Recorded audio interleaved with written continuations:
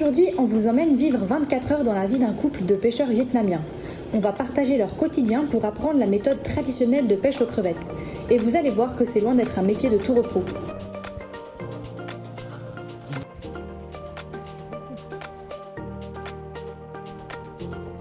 En se baladant à côté de la rivière, on a croisé des pêcheurs et du coup on leur a demandé si on pouvait aller avec eux et du coup ils ont dit oui. Donc cet après-midi on va aller lâcher les filets et puis normalement ce soir vers minuit on va aller rechercher les filets. Donc on verra ce que ça donne. On se réjouit en tout cas. Donc là ils ont tout chargé les filets sur leur petit bateau et puis on va les pêcher. Donc ce qu'ils nous a expliqué c'est qu'ils n'allaient pas tous les jours mais un jour sur deux. Parce que c'est quand même pas mal de préparatifs et puis ils se lèvent aussi la nuit pour les pêcher, donc je pense que c'est aussi fatigant. Mais aujourd'hui on a la chance de pouvoir aller et puis le temps est beau, il fait chaud, donc ça va être sympa. On espère juste qu'il va pas être malade, notre ami. Ouais. Ça on peut pas vous garantir, on verra. Le couple de pêcheurs qui nous a emmenés, c'est monsieur et madame Lee. Dès qu'on est arrivé, ils nous ont expliqué qu'on allait d'abord poser un premier filet sur la rivière principale, puis qu'on allait s'enfoncer dans la coconut forest pour installer le reste. En tout cas, c'est ce qu'on a compris, parce que comme ils ne parlaient pas anglais et que nous on ne parle pas vietnamien, on communiquait surtout avec les mains.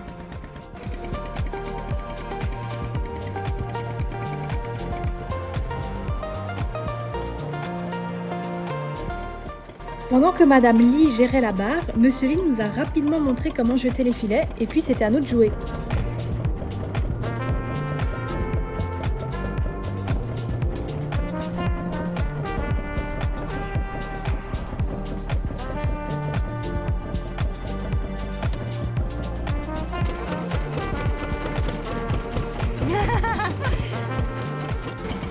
Une fois le premier filet posé, on s'est enfoncé dans la forêt.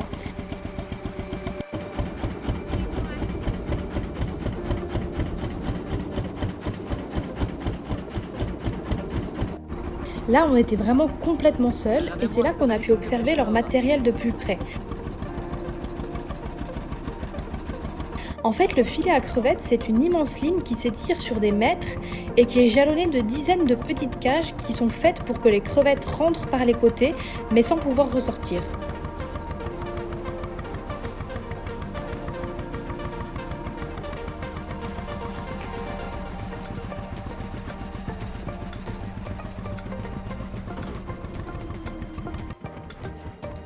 Après avoir manqué de le faire tomber à l'eau à plusieurs reprises, Monsieur Lee m'a poliment fait comprendre que je pouvais aller me rasseoir. C'est donc Selim qui a pris le relais et qui s'est montré un peu plus habile.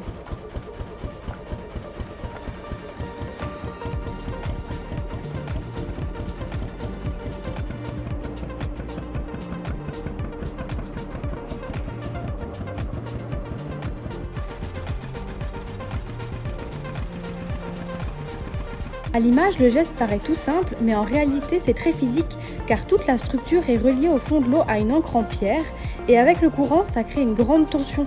Donc il faut être super vigilant et bien gainé au moment de lâcher les filets pour pas se faire tirer dans l'eau.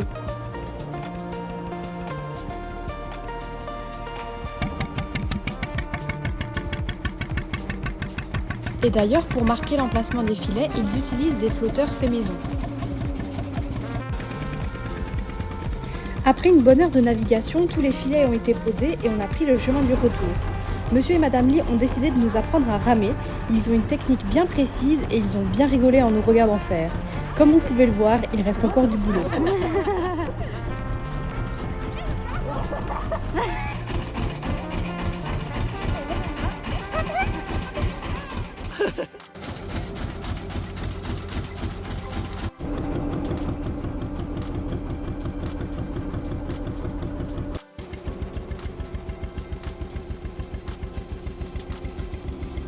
Finalement, ils nous ont mis à la barre et on a pu faire nos premières expériences de navigateur sur la rivière Doyan.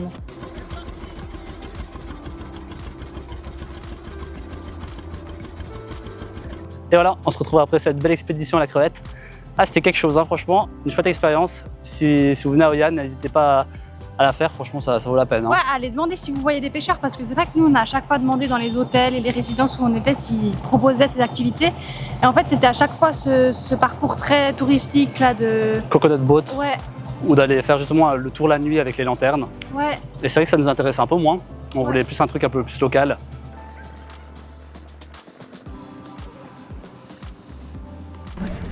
Il est minuit et là on repart lever les filets des crevettes qu'on a posées cet après-midi. Ça va être sympa. On espère. Regardez-moi ça, il n'y a pas un chat. Et c'est parti les amis.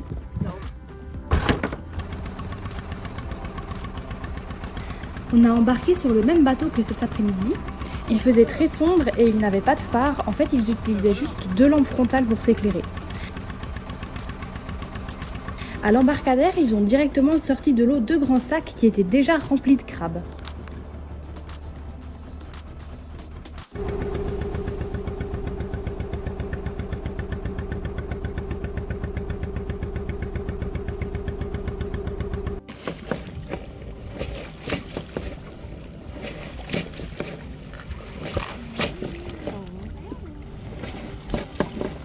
Comme vous pouvez le voir, c'était un véritable travail d'équipe et tout était parfaitement rodé. Monsieur Lee s'occupait de remonter les filets pendant que Madame Lee triait la récolte. Pour préserver la fraîcheur des crevettes, il les place directement dans un bac réfrigéré avec des bouteilles d'eau congelées à l'avance.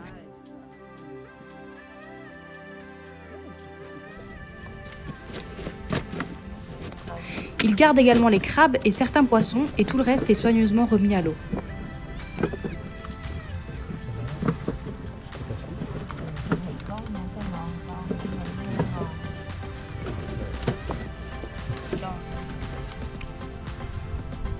Plus on avançait, plus les filets étaient remplis.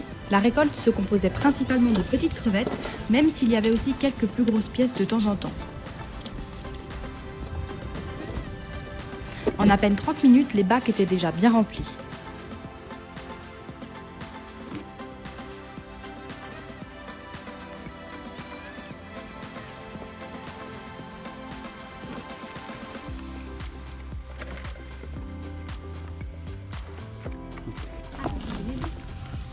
Big and small.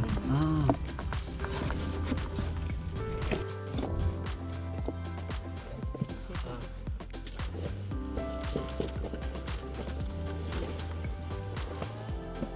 Je vous laisse découvrir en images quelques-unes des prises qu'on a remontées.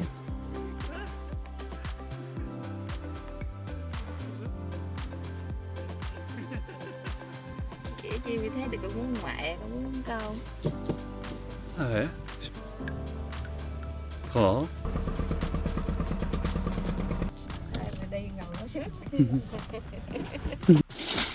Pour l'anecdote, on a aussi pas mal pris l'eau au passage. Mais plus de peur que de mal, on a pu continuer la pêche de plus belle.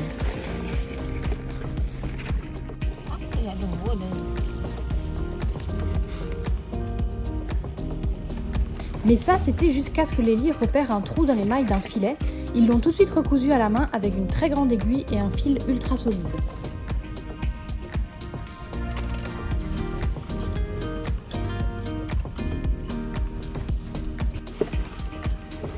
Après une bonne heure de navigation, on a fini de remonter tout le premier filet.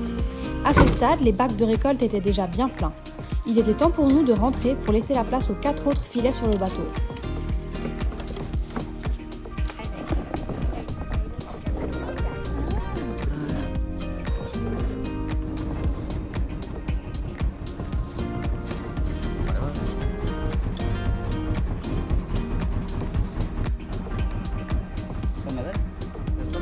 Le lendemain matin, le travail des pêcheurs se poursuit avec la vente de leurs crevettes au marché d'Oyam. Ils nous ont expliqué qu'ils gardent une partie des crevettes et les font sécher au soleil pour qu'ils puissent les conserver jusqu'à la saison des pluies. De ce qu'on a compris, la pêche est difficile pendant cette période à cause des inondations. Une fois revenus du marché, il leur reste encore à nettoyer le bateau et les filets pour leur prochaine sortie. On espère que cette vidéo vous a plu. On remercie encore le couple Lee de nous avoir embarqués dans leur quotidien et on vous dit à bientôt.